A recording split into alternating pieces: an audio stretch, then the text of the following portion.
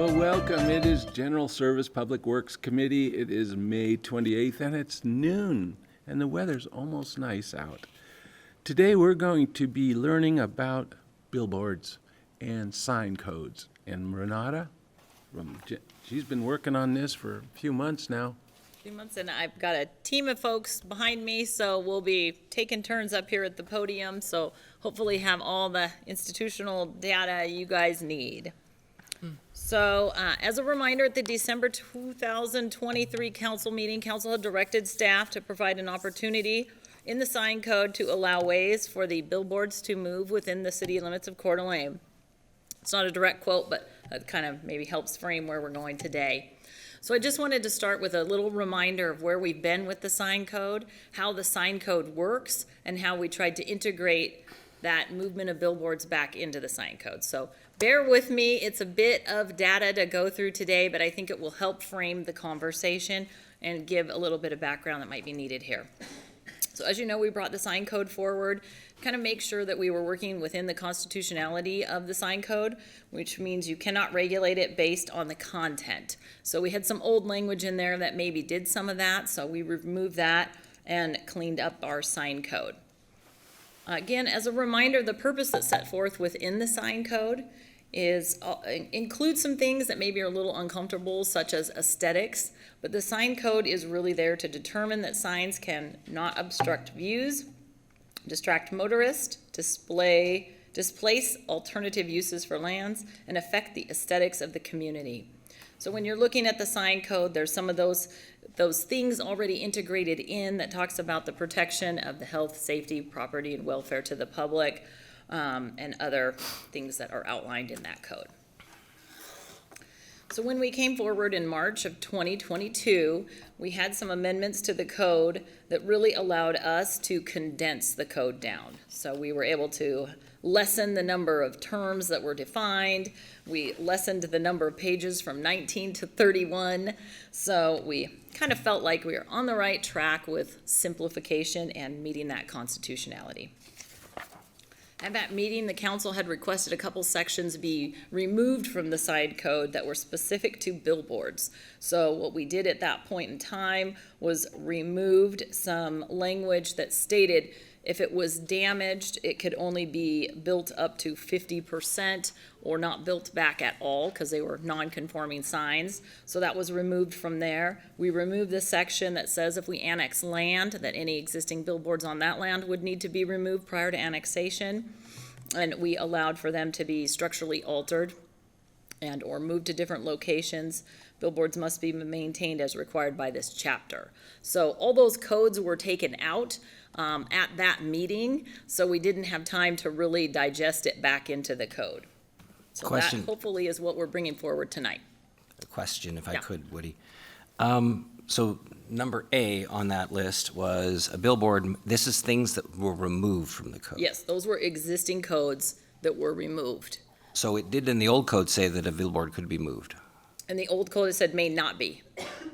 So these were the things that were removed that are now we're trying to clarify in the code. So we removed that a billboard could not be moved.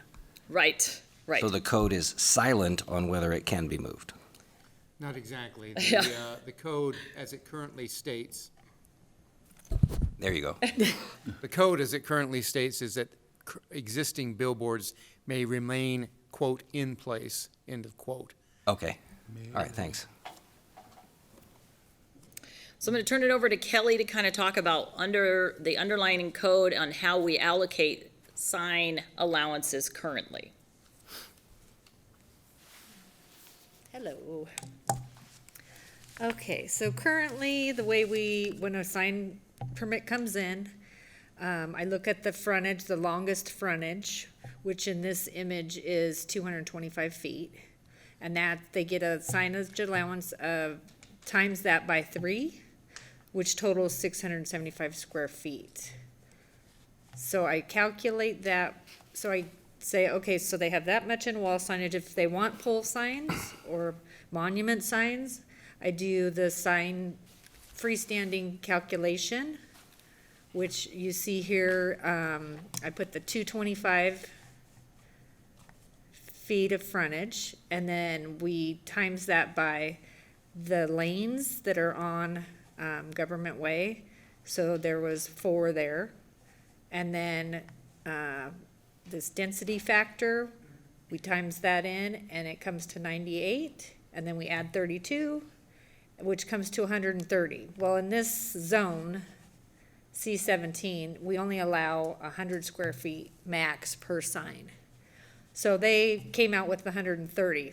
So they could technically use the 30, which they probably wouldn't do, a 30 square foot sign 100 feet away from that existing freestand, or the one they're proposing. So they can be 100 feet away from each other, from each freestanding sign. And that kind of explains it down here. So this is the actual site itself. And as you can see, they only used 45 square feet for wall signage, which they could have used all of this area, because they had 600 and some change. And here's their freestanding sign, which was only 36 square feet, which was smaller than the wall signage. So gives you an example of what people don't typically use the whole free, because we are very generous with that. And this one is located on I-90, next to Northwest Boulevard, kind of in that circle there. I'm sure you all have seen this, and it is an on-premise sign, which is non-conforming. So it is not in the right-of-way, is not considered a billboard sign.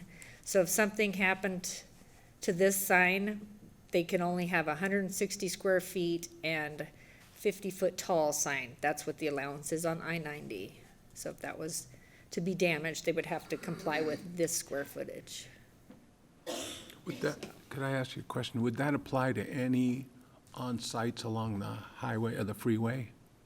Yes, on their private property. Private property, the limits are the same, whether Yep. it's Denny's or a fast food place, anything like that? On I-90, Okay. yes. At some point, it's ITD's problem. Is that true?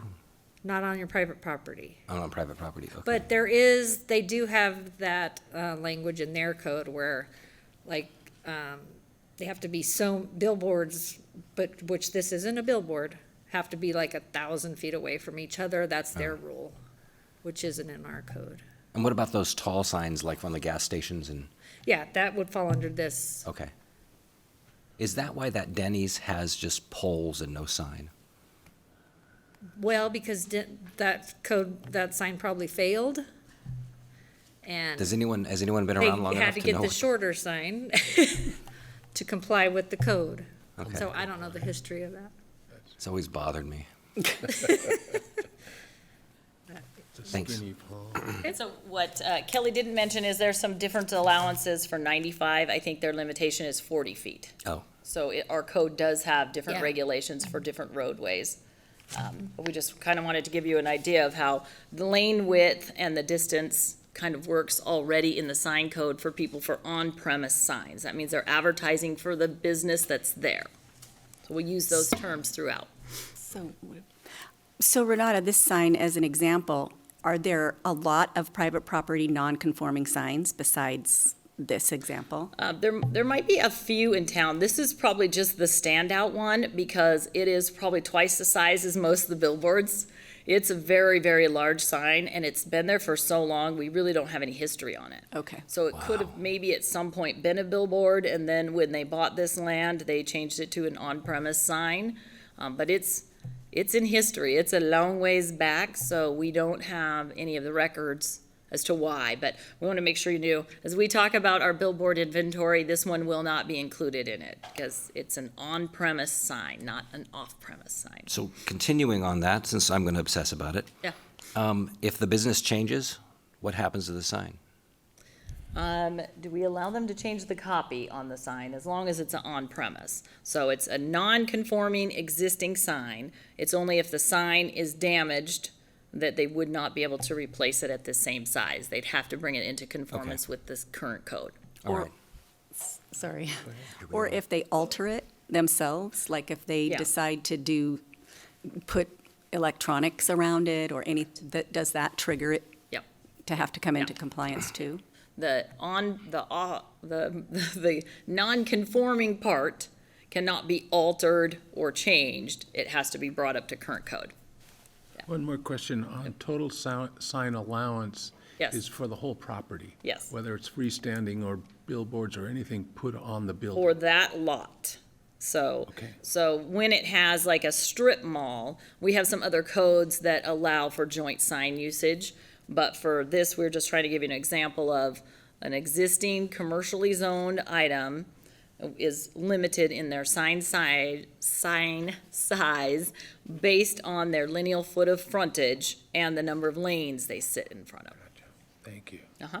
Boy, we're learning a lot here, you guys. Oh, believe you me, when people call, I direct them to Kelly. This is one of those that is like, you get to this chart and I'm like, I'm out. It's somebody has to be dealing with on a day-to-day to know these things.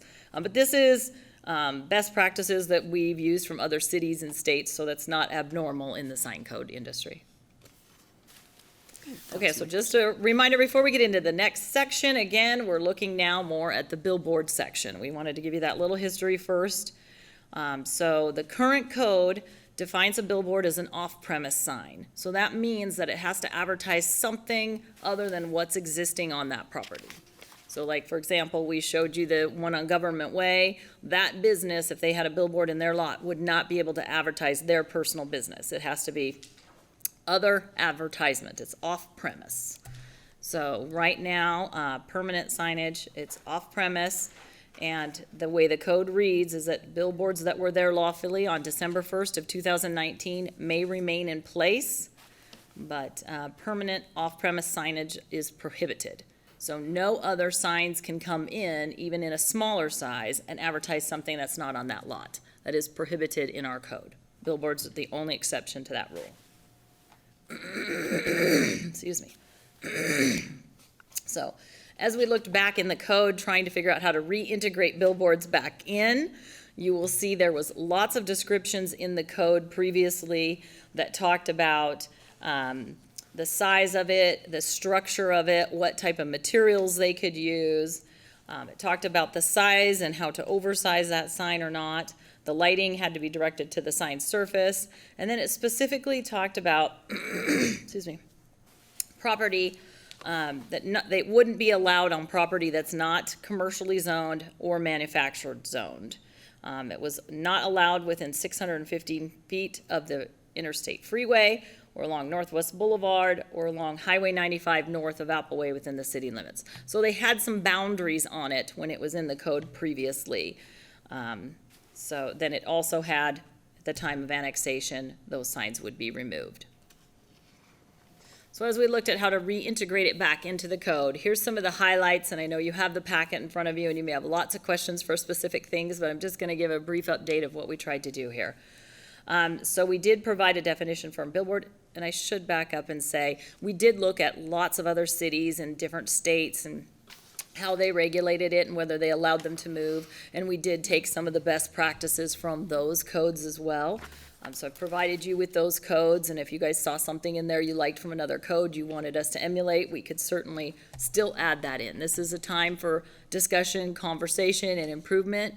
I should clarify, we did have a meeting with YesCo and Lamar, that are the two billboard companies in this area, and reviewed some of them with these codes with them, and we did make some adjustments based on that conversation, and I'll go through those in just a minute. So we put a definition back in. We did again clarify that they would have to remove the non-conforming billboard if they were to move it to a new location. So we'll simultaneously accept a demolition permit at the same time as a sign permit. So that's clarifying we're not expecting more billboards. We're just dealing with the existing number of billboards we already have. Again, we allowed for it to be moved within a commercial, manufacturing, or light manufacturing zone. We blended it with the codes to kind of mesh with planning and zoning setbacks, height requirements, separation between signs, and did call for all electrical to be underground. We've added in a requirement for it to be a public hearing before the city council.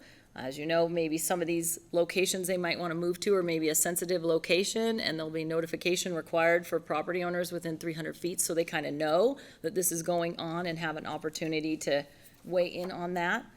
And then we also clarified for some owner or contact information in case of an emergency. So just to give you an idea, and I know this is a very small map, and we can pull up the city map later if we want to zoom in on things, but just to give you an idea of the commercial zone and the amount of commercial zone that's in the city limits of Coeur d'Alene, is all the areas you see in red are commercially zoned. That's your C17. Any of these with hash marks would not be included in that zoning. I think that's C17 limited or PUD overlays. And then anything that you see in the gray and the light gray would be that manufacturing and light manufacturing. So when we talked about moving billboards, we were really envisioning that it would be that 300 square foot billboard, and that would be the maximum amount to be able to be moved in to those zones that we outlined. And then we talked about it being on an arterial street, and that they'd have to have a minimum of 100-foot frontage. That seemed to make sense with the size of sign going in, and as you saw from the underlying code, what could be allowed in a commercial zone, and the distance of linear footage affects the amount of sign allowed. So we added that in.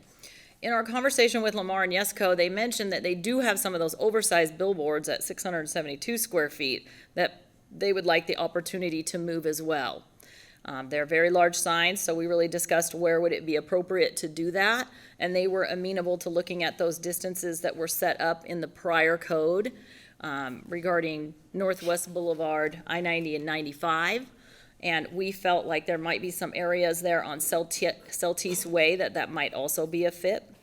So we've added in some locations on Celtice Way that might be eligible for those 672 square foot signs. Again, within the proposed code, it is not allowed within 500 feet of a residential zone, park, church, school, cemetery, or historic district. And that's kind of similar to what we do with beer and wine and liquor licenses. Just so you know, that's kind of where we took those languages from. Billboards aren't as fun as those things. Yeah, they could advertise those fun things, I don't know. Anyway, just wanted to give you the language.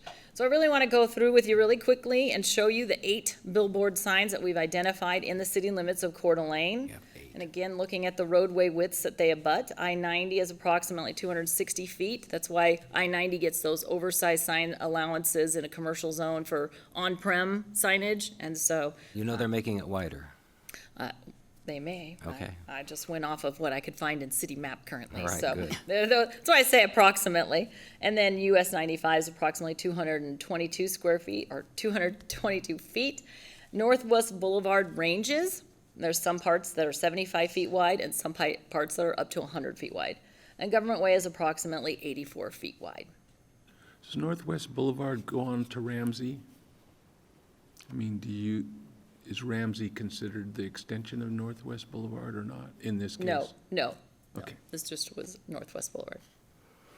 Okay, so the first one you'll recognize is on I-90. It's near the Honda dealership.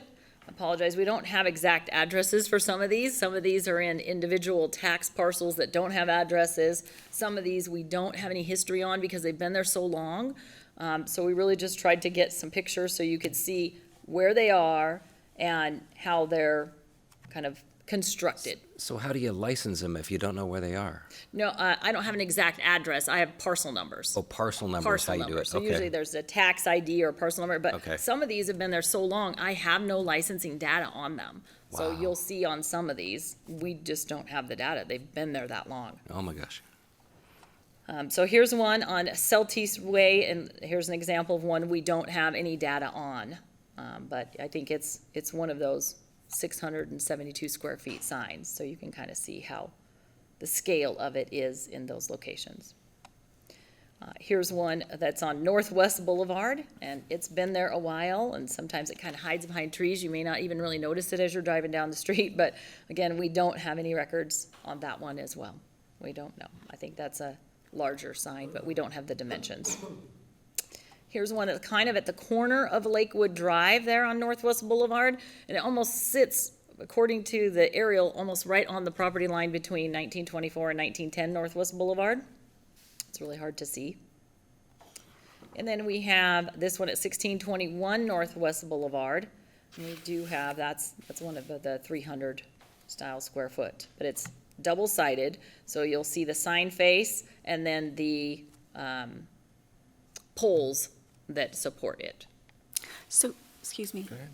Renata, when you have a sign like that and you're talking about square footage and it's double-sided, is it considered two signs in the inventory or total square footage on one side? So we had this debate back and forth, and so it's called the face of the sign. So there's two faces of the sign, so it's one sign permit. So we consider it one sign, but you'll see in this next one, this one has two different supporting structures. So this is the one that's down over on Northwest Boulevard, north of Hubbard, kind of near that UINIC area. It has two separate sign structures, so we consider those two signs, but there's two faces on each sign, so there's four faces. So when and if they wanted to relocate one of these signs, they'd take one half of this, they'd have two faces. So 300 square feet on two faces.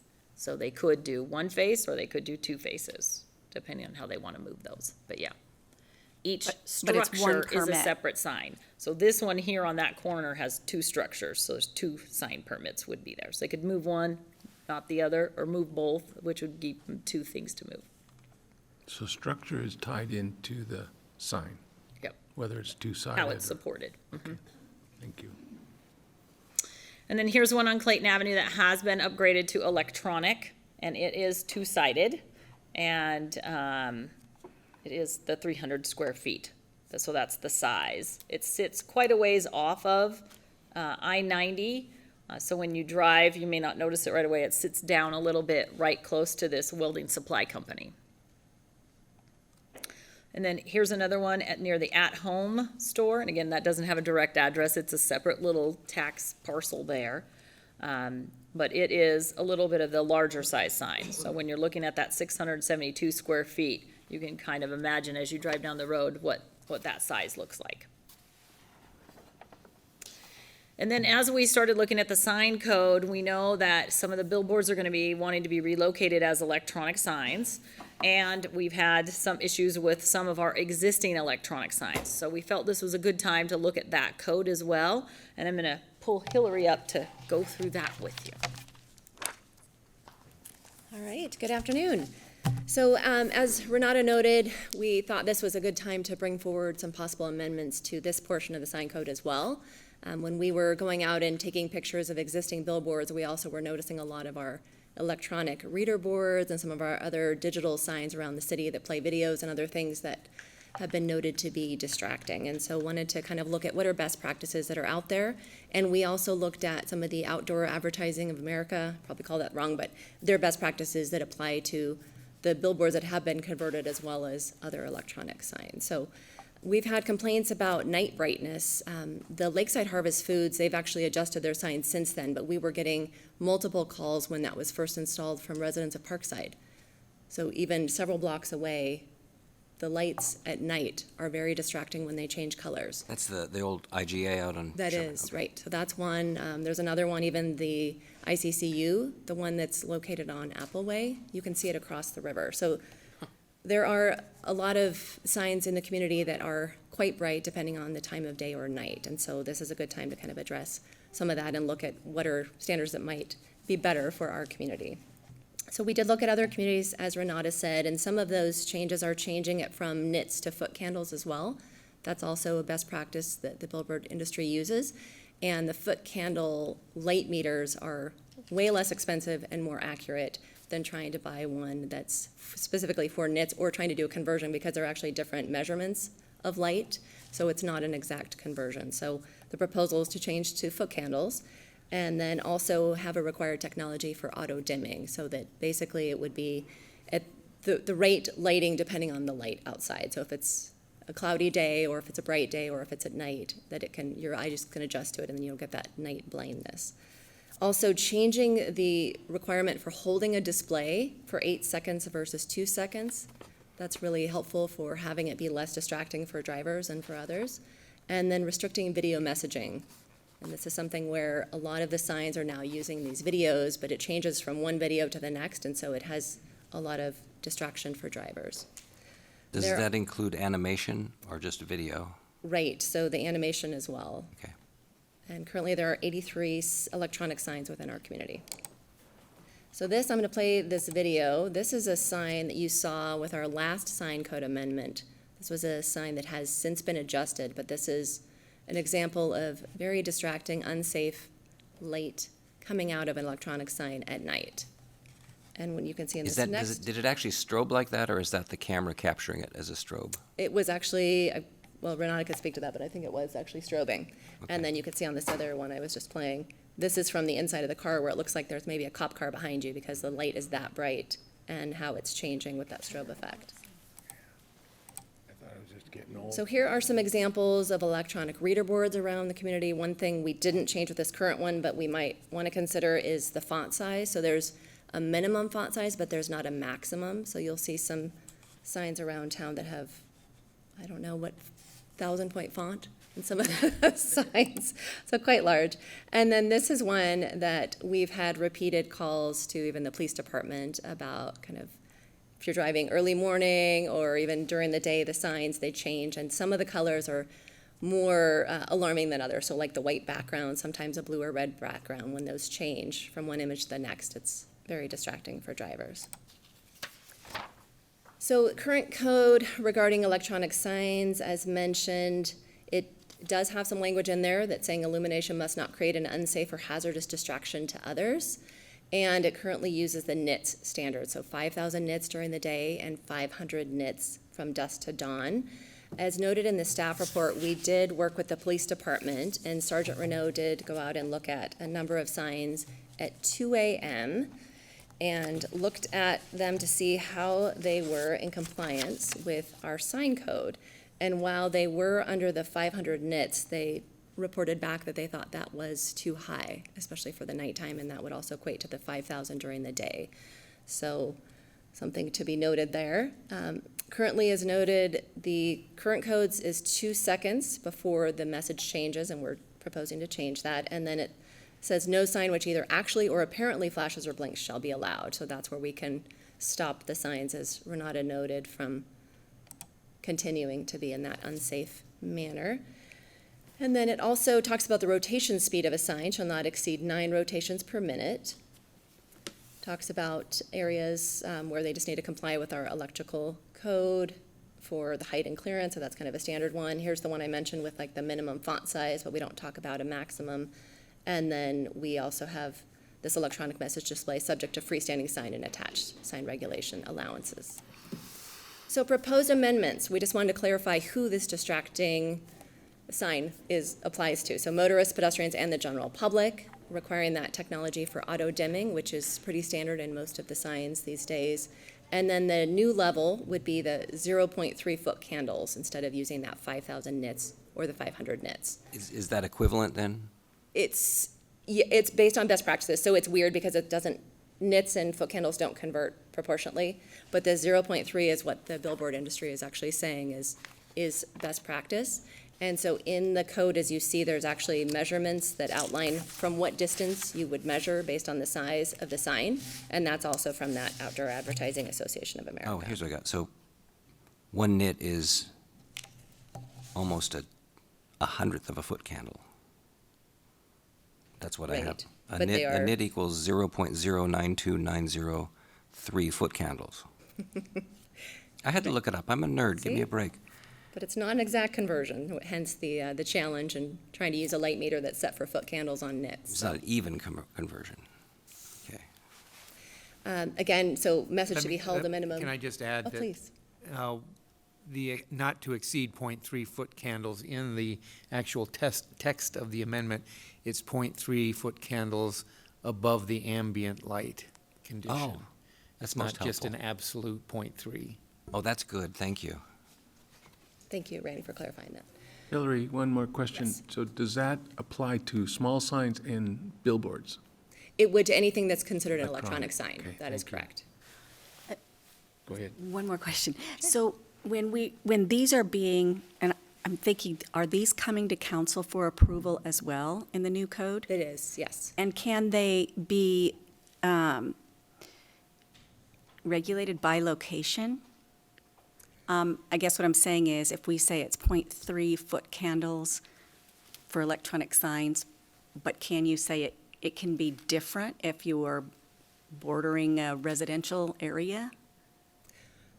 I think you certainly could. That would be interesting. We haven't really looked at that because I think the 0.3 is suitable in all those locations just Okay. based on that. But you're right, that might be worth looking at. But it could be conditional, it isn't just an absolute, that 'Cause there you're could be right, some if conditions We're placed there. not saying where these smaller electronic reader boards can be, and they might be near residential areas, and when they do change, might be worth looking at that.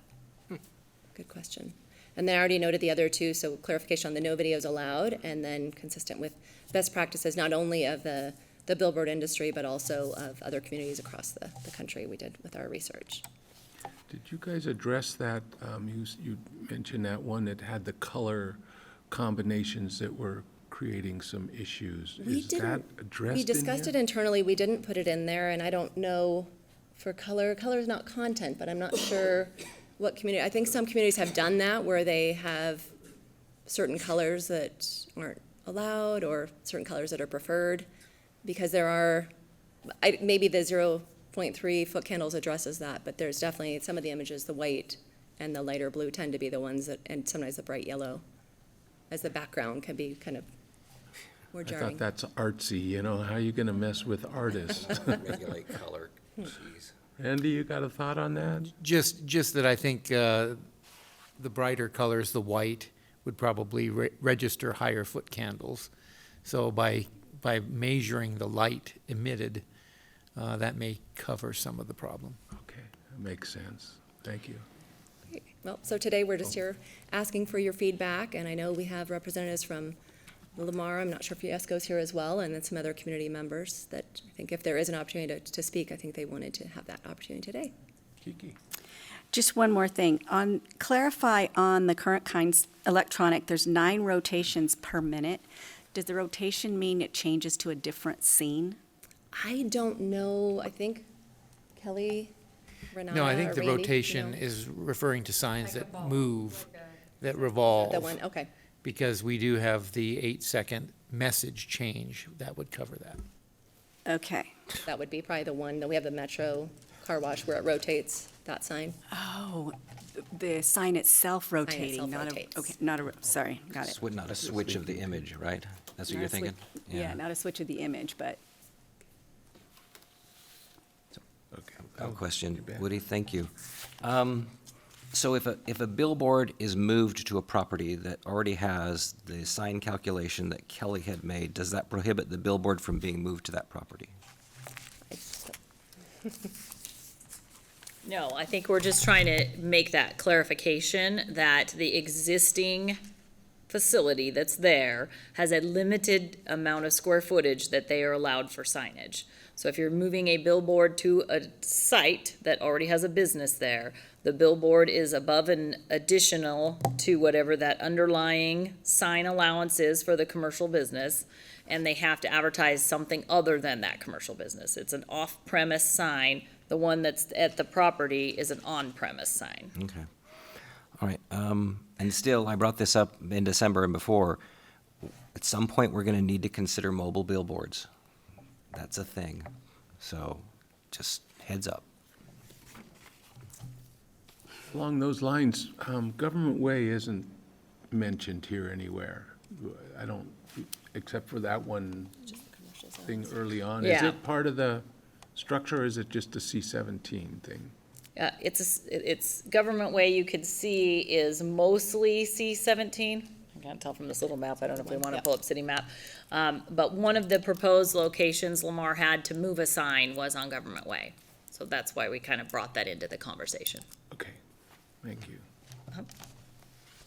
Anything else, you guys? Did We're you, open to listen to some comments. did you want folks to sign up on a public comment Probably sheet? So should, huh, for the for anybody record? who wants to give a public comment, you can give it, but if you'll go back and sign the sign-in sheet with your name and address afterward, that'd be great. Moving on over. All right. Do we need to amend the agenda to include comment? No. Okay. Welcome. If you'd give your name for the Thank you. record, please. Thanks for meeting. My name's Neil Schreibeis. I'm with Lamar Outdoor Advertising. We just wanted to, I guess, make a few comments. Originally, I think the best thing is simpler is better. And it seems like this is getting very complicated. And they're including the council in a lot of decisions, which I don't feel like they should have to. I'm not trying to say there shouldn't be some type of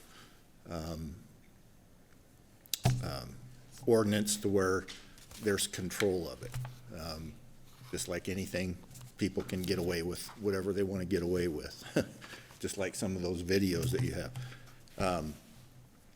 And there's things in here that need to be more clarified, like remaining in place. It still shows that it's in the ordinance. Well, what does that mean? That was one of the reasons the application that we put in for On Government Way, they said, well, can't be allowed because it's remaining in place. Our thought process was, well, when you guys, the city council anyway, they removed that part of the ordinance that said we couldn't relocate. So that told us that we could. I keep saying the staff, said that we couldn't relocate because the part that would remained on the ordinance said that it had to remain in place. So there's a disagreement there, and I can see both sides of it. So that's a clarification that we need, but it still states in there. A resolution to the council to have to move or relocate the sign. The city attorney has to read our lease with the landowner. And he suggested that would be so that we didn't allow the on-premise people to advertise on our sign, which would enlarge their ability for signage, which I can understand that. But if it's stipulated very simply that an off-premise sign cannot advertise what's on the property, why would he need to look at the lease? I mean, it's kind of confidential. I'm not saying he would be spreading the word or whatever, but it is confidential between two parties of what's in that lease. And if it was very simply stated, an off-premise sign cannot advertise what's on the property, that would eliminate it. And keep it simple. And if a billboard company ever did, we're in violation, we'd have to remove it. A public hearing, you're already designating that we can be on commercial property. And typically, we're not going to be around a residential. And honestly, we don't want to be around a residential. We would rather be where there's more traffic. You get into a residential area and there's just not that much traffic. And we don't want to disrupt people's homes either. It's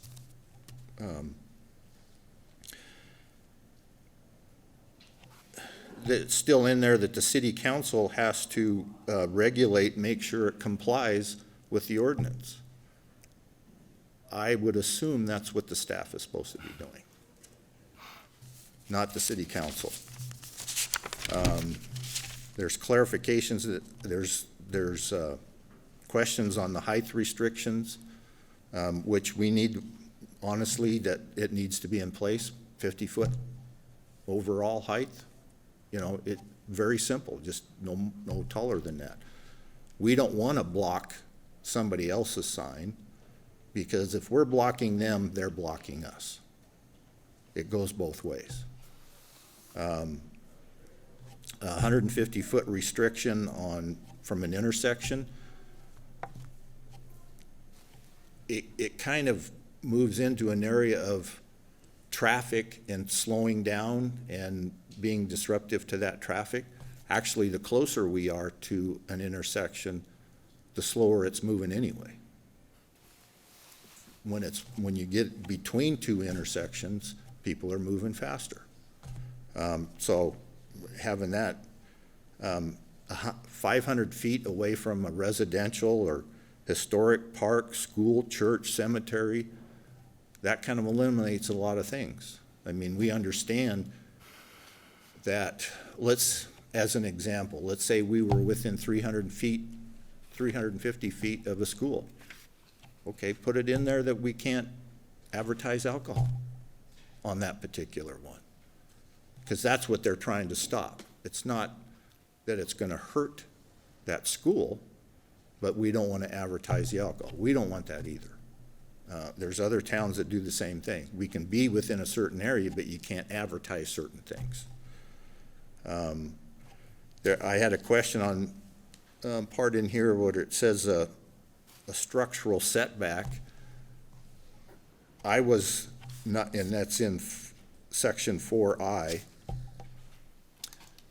It needs to be clarified, what do they mean by the structure? If they're talking about the sign itself, well, does that mean the very edge of the face of it or the pole?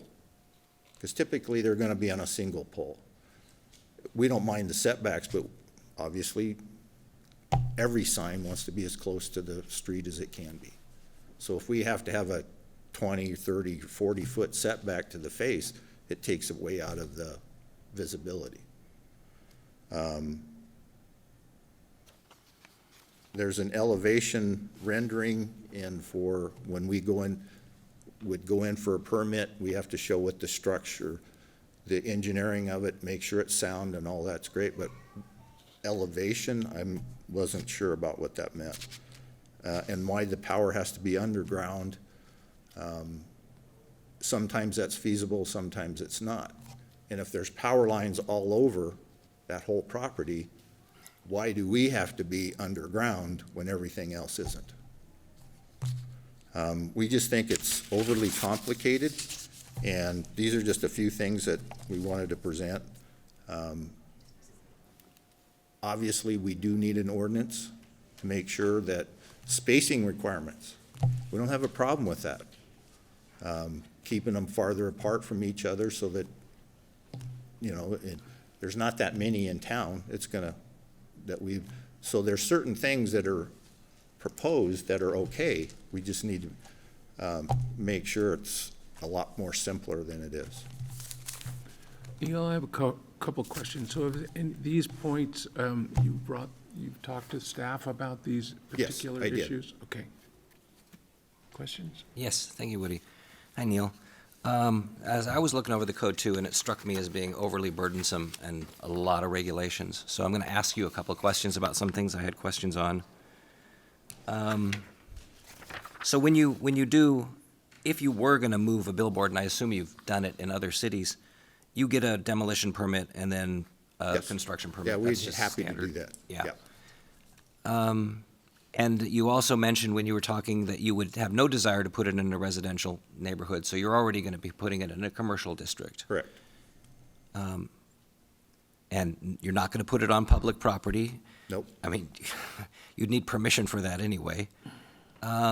Here's one that I thought was, and I question why we have to have this.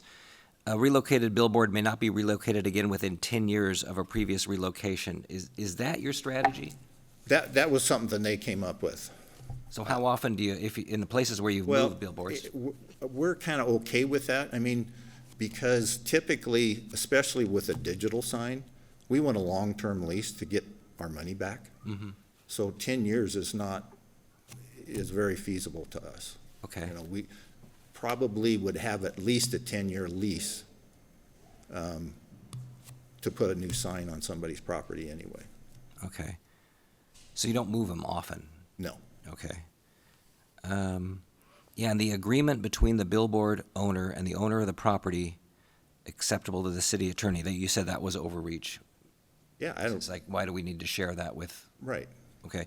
In these type of agreements, you did mention regarding the content of the billboard, how often do you put a billboard like in a Safeway parking lot that Safeway will advertise on that billboard? Well, for Lamar, I do most of the leasing with the landowners. And when we do a new location, that question comes up, hey, can I advertise on there? Typically, my response is, well, you can, but you gotta follow the city code. And they might allow you to be there for, say, 6 months, you know, as a welcome, you know, new business, whatever. But usually they'll ask you to remove it. And the other thing I'll tell them is, as an advertiser, you want to be somewhere else advertising on a billboard rather than on that property, because people are driving by, they already see you're there.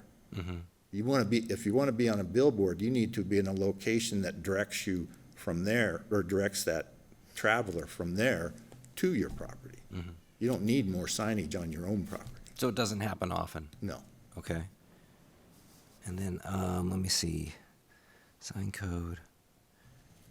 Also regarding, so we were talking about heights of the billboard, and it must be compatible within buildings within 300-foot radius.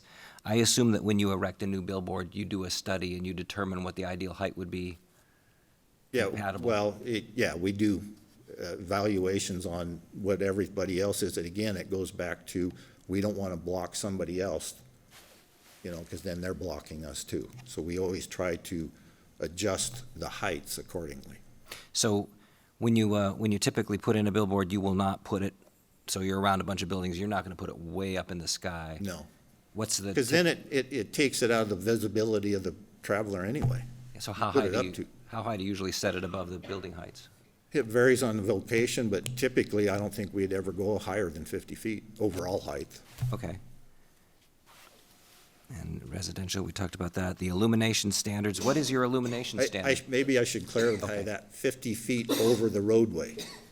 Oh, okay, Because not the we do buildings here have, at yeah, 50 because there's some where the property drops off. You know, if you go from the top of the sign clear down to the bottom of the sign, it might be 100 feet, okay. but it's only 50 feet above the roadway. Talk about electronic signs and illumination. What is your standard for keeping them? It's very similar to what they're talking about. So that's Yeah. good. And Okay. we always dim ours at night. Okay.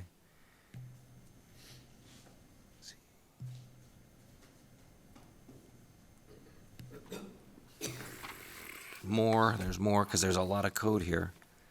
Should be at least 1,000 feet between all billboards located on the same street or highway. Is that? Yeah, some- we're okay with that. You're okay with that? Yep. All right. And then no billboard should be relocated within 150 feet of an intersection. I think you already addressed that. Yeah. Okay. 500 feet of a residential district, how does that sound for you? Historical park, church, cemetery? Well, again, I did mention that. I think that's overstating it, especially when you're on a commercial property where there actually could be a resident right there. It's still commercial property.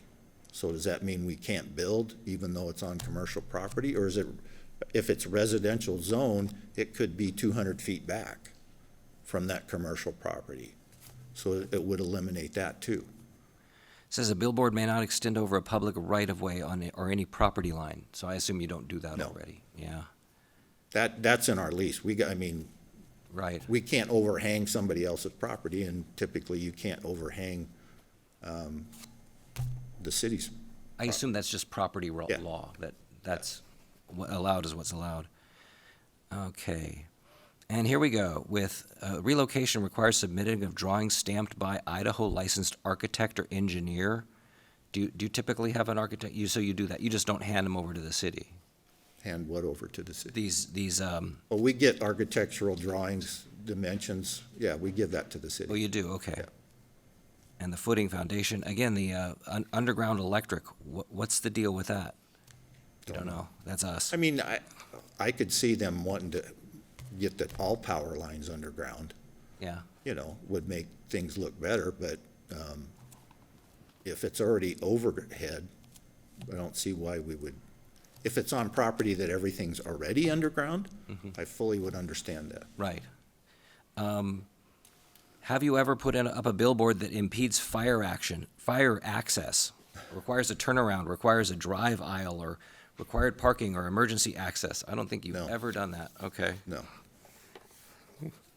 These are all things that are. These are all things that are in the code that we're asking them to do. Still, okay. Yeah. So, okay, and I finally understand the question was about, like Kiki raised, about the rotations per minute versus changing the signs. That makes sense to me now. And do you use nits or do you use foot candles? I don't know. You don't know? Okay. Nerd question, I'm sorry. Okay, well, I do appreciate your input, and this, because this is, like has been said, I mean, there's a lot of code here, with a lot of new rules, and, you know, we just went through trimming it down, and now we're building it back up again, so I don't think we need to create an undue burden. I mean, there's obviously some things that we need to know, but there's a lot of stuff here that just seems excessive. Thank Okay. you. Kiki. I just wanted to clarify a couple things. I think we're kind of on the right, a lot of these things are in alignment. I think we're just feels to me as though we're just putting into language what you're already doing for the most part on a lot of these things. But there was the 500-foot away thing that you had mentioned it being inappropriate because you're trying to regulate alcohol or something within a school zone. But if I'm not mistaken, we can't regulate what's on the billboard itself. So we can't say within a school zone, you can't put alcohol on that because it's unconstitutional. So the 500-foot kind of protects those particular properties because you can't regulate what you say. Am I on the right track? Because I saw a nod. That is correct. Okay. So there was I'm that. sorry, And then. can I add something? Or are you asking that they can't regulate what's on the billboard? Because you can. That's, State of Washington does it all the time. Oh, sorry. I can't speak for the state of Yeah. Washington, but you cannot regulate the content of a billboard, other than it's defined as an off-premises sign. But if it's not lawful, like in Washington, it's lawful to advertise cannabis, but it's not in Idaho because it's a legal product in Idaho. So you can't advertise it. You can't advertise tobacco. And they have restrictions on how close a billboard is to a school, whether we can advertise alcohol.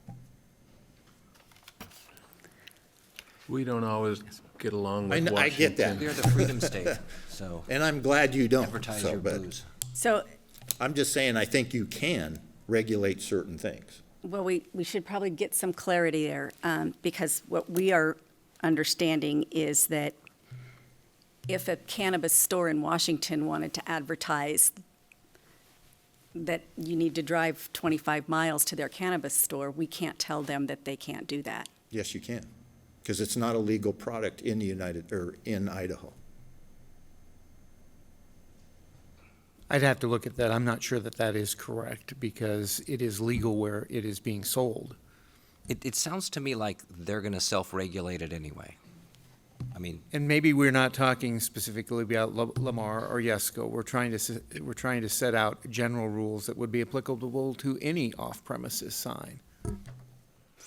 And that was my other thing I wanted to clear up with you, so I appreciate you being here, is that when, I think you said the Safeway store could have a sign, and could the Safeway store advertise themselves, where by common sense you said, why would you advertise yourself on your sign when people already know you're here, so you need to be somewhere else? But the code basically would say you can't do that because you have to be an off-premise sign to be a billboard. So if you had a billboard on the Safeway parking lot, it could advertise only businesses that are not Safeways. Am I on the right track with that? Off-premise versus on-premise signs? Yes, by definition, a billboard is an off-premises sign. If it's advertising a product or service on the premises, then it is subject to the sign limitations. The under formula sign of the code. size of how, and a separate permit as a commercial sign for that property. Okay. Weeds, the weeds. And I just wanted to add, I don't want to do a hearing either. I mean, it seems like, you're right, that's what staff is for. If you check all the boxes, you're good. We don't need to hear it. I don't get any complaints from people who say, oh, there's a billboard there. I mean, it's like, And if we do something wrong, they can get a hold of us, they can red tag us, they can fine us, tell us to take it down, whatever it is, rather than having to go to the city council. And, thank you. My follow-up with that is I was just looking at the changing complexity of our neighborhoods. And in recent conversations, we have, if you look at the zoning map, there's little speckled red dots all over that are C-17 right now. So with those C-17s in the future, 15th Street didn't used to be considered an arterial. It wasn't like a main thoroughfare, but it is becoming that. So my point being, if you allow all C-17s to have this type of billboard, you could end up with a leased space on 15th Street because it's a very well-traveled, that you have no way to separately regulate it because it's completely surrounded by residential areas. And there's a number of places like that there could be zoning change requests. And then how are we flexible within the code if council doesn't have the opportunity to say, no, we get that our code allows that in C-17, but this is C-17 that's an island fully surrounded by residential, so we're not going to approve a digital sign there. I don't think he'd want to put one there. Not on 15. Well, he may not today, but we It's because don't it's know high, what might happen it's in high-traffic another year. areas, because what you're selling is visibility, you're selling impacts. So you can sell someone to buy a billboard because they're gonna get 20,000 impacts per day. And they're gonna get that on a major arterial in a commercial district as opposed to a residential district. Right. So that's just, it's economics. But we don't have a limit on the number of billboards We do have a number. allowed, so you wouldn't move, so what you're saying is you wouldn't move one of your high-traffic impact billboards to a low-impact C-17 surrounded by No, residential. 'cause So quite it would honest, self-govern it's less it. income for us, Right. because we couldn't Thank you, sell it Neil. for as much. Appreciate your input. Thank you. Thanks. Anyone else? Yeah. Welcome. Thank you. Hi. Can you hear me? First name? Jeff Conaway, Oh, former member of the Coeur d'Alene Sign Board for 20-some years until it ceased to exist.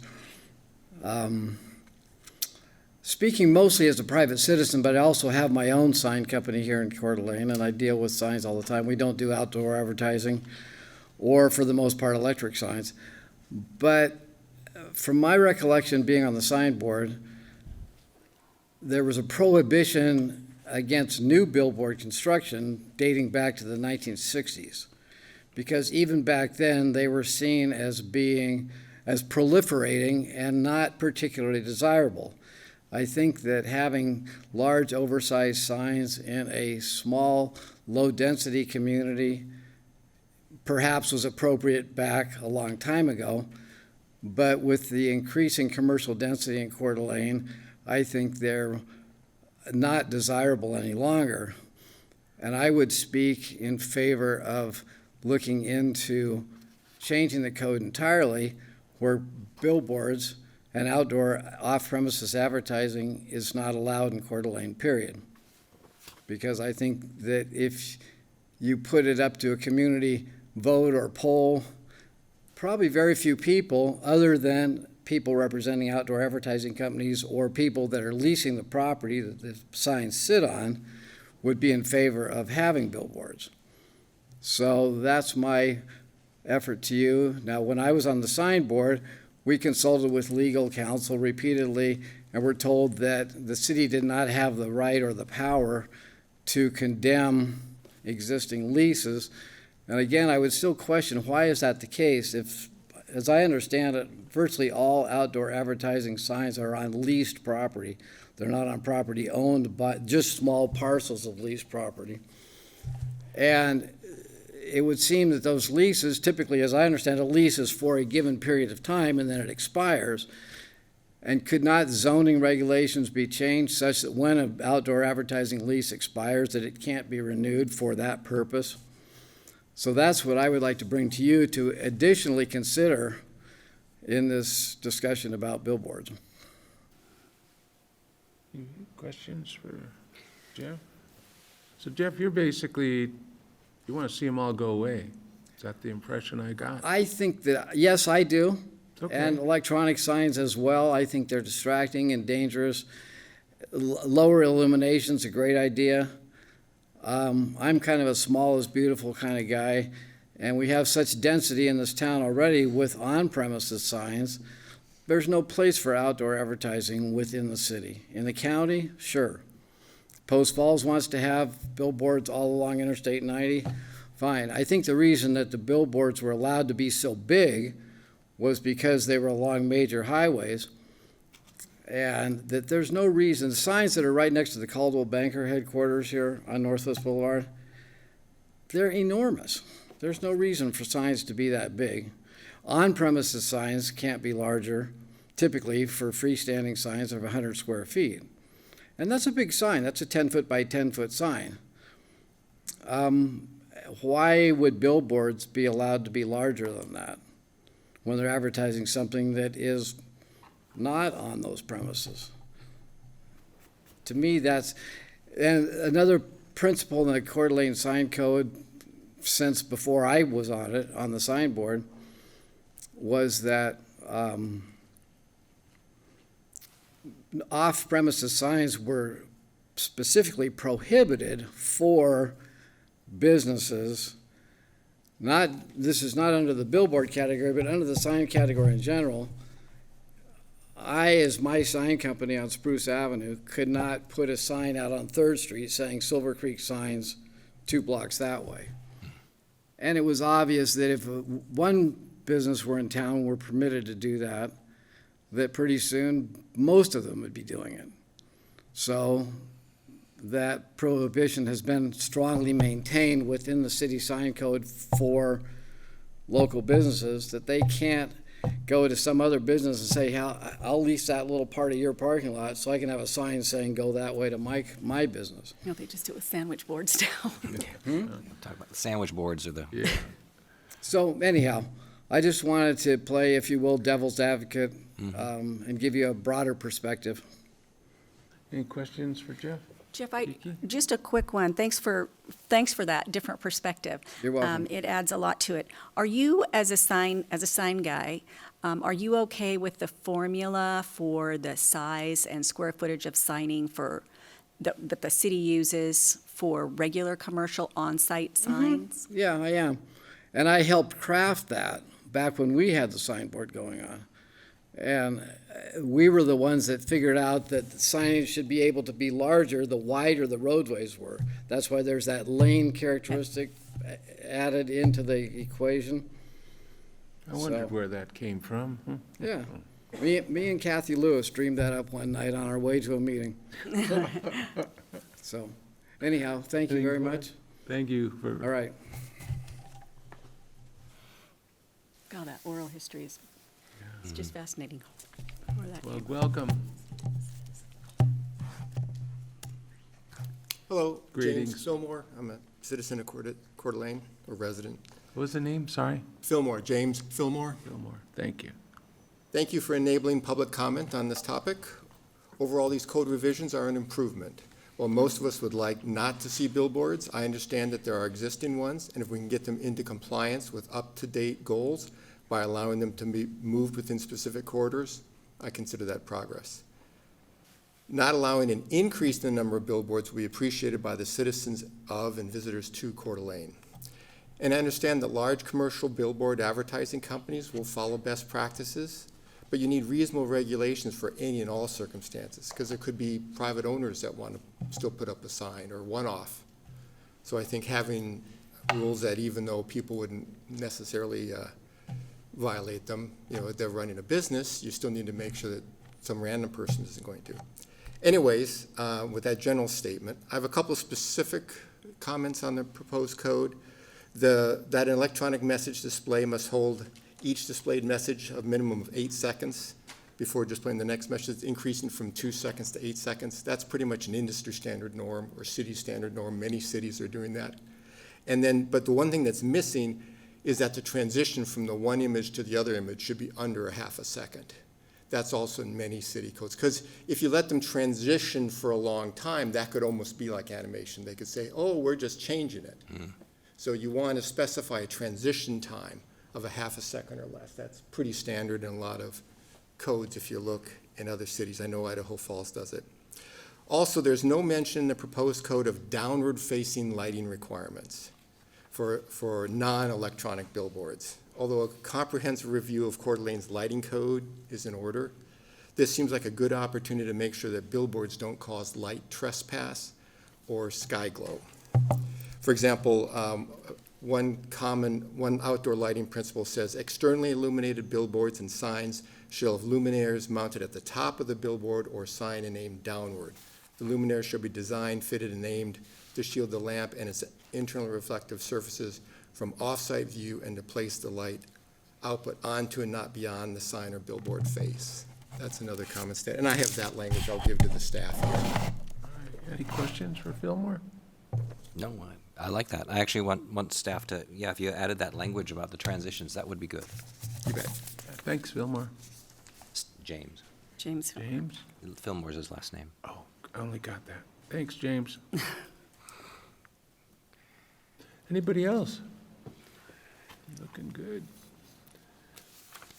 Well, I appreciate everybody participating. It gives us, boy, this is a mouthful, huh? It's big. So this is going to move on to Public Works General Services next week. Is that 2 correct? weeks. 2 weeks. And that's the other half of council will go through this same thing, so I'm not quite sure. That'll be June 10th. Okay. So it's really, do you want us to present some of your areas of concern to the next subcommittee? And do you want to summarize what those are that you want us to clarify to them? What I heard is maybe reading the lease is a little too restrictive, that there's maybe not a agreement on whether to hold a public hearing or not. And that, I'm not sure which other ones you want us to specifically bring forward to them. Dan, you want to hit the ones that are important to you? Sure.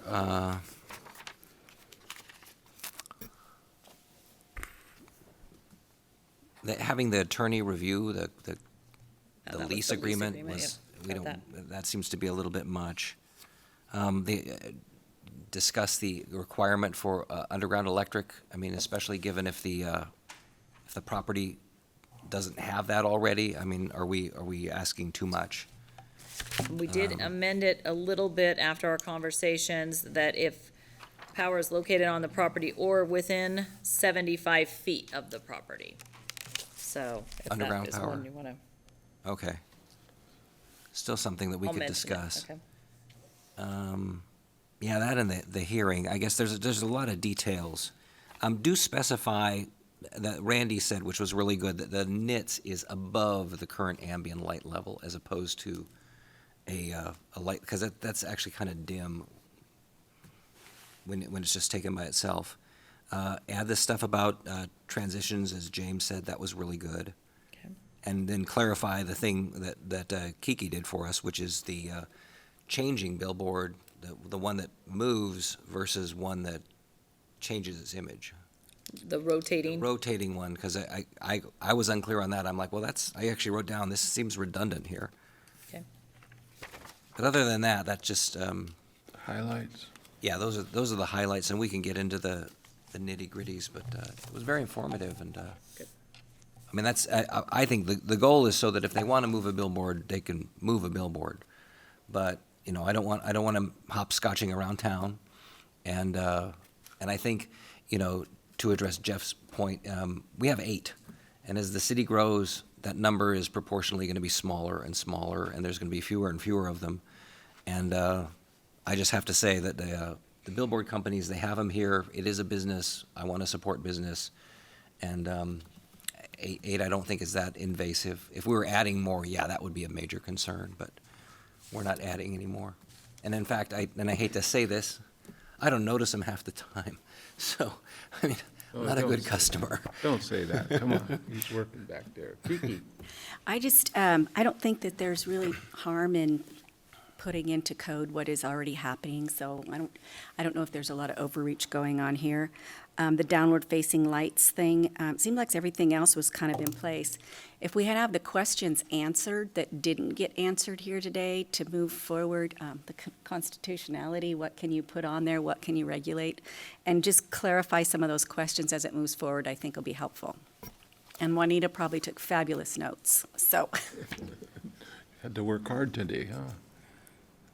Anything else? We want to thank everybody for participating.